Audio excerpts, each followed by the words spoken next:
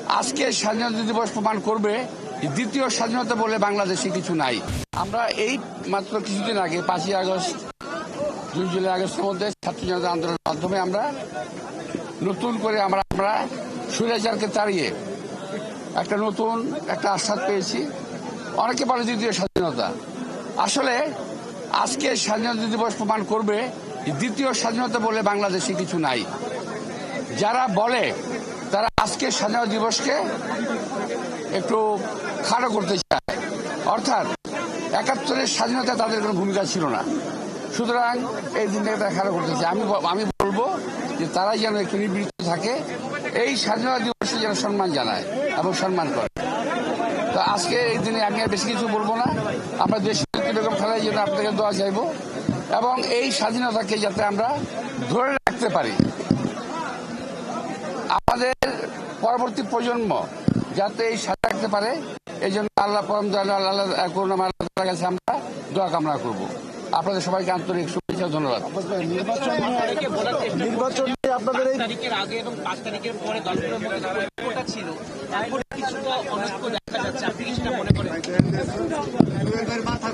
অনৈক্য কিছু নাই, স্বার্থের সংঘাত আছে। প্রত্যেকটা দলের যার যার একটা ইথিক্যাল জায়গা আছে, যার যার একটা মতাদর্শ আছে, যার যার মতাদর্শ থেকে তারা একটা কথাবার্তা বলে যাচ্ছে। এটা অনৈক্য আমি বলবো না, তবে যদি অনেক কেউ বলে, এটাকে আমি এমন করে বলবো যে এমন সময় যদি কখনো আসে জাতীয় বৃহত্তর ঐক্যের প্রয়োজন পড়বে, দেশের স্বাধীনতা সার্বভৌমত্বের জন্য ঐক্যের প্রয়োজন পড়বে, তখন কিন্তু আমরা সবাই এক হয়ে যাবে, এখানে কোনো ভুল নাই।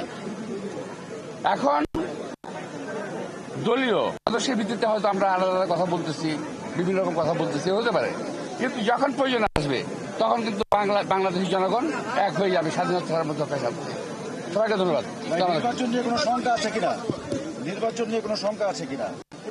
আপনারা দাঁড়িয়ে আছেন ডিসেম্বরের মধ্যে। আরে ভাই, দেশের প্রধান উপদেষ্টা উনি বলেছেন ডিসেম্বর নির্বাচন হবে, আমরা সেখানেই বিশ্বাস রাখতে চাই।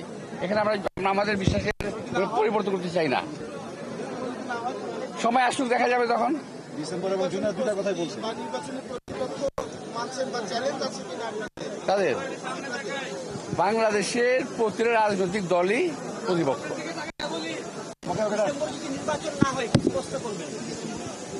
আরে ভাই, না হলে তখন দেখা যাবে, সময় আসুক না। নির্বাচন হবে না আমার বিশ্বাস আমরা করি না। যদি আপনার হয়েই যায়, সময় আসলে দেখা যাবে কি করা যাবে।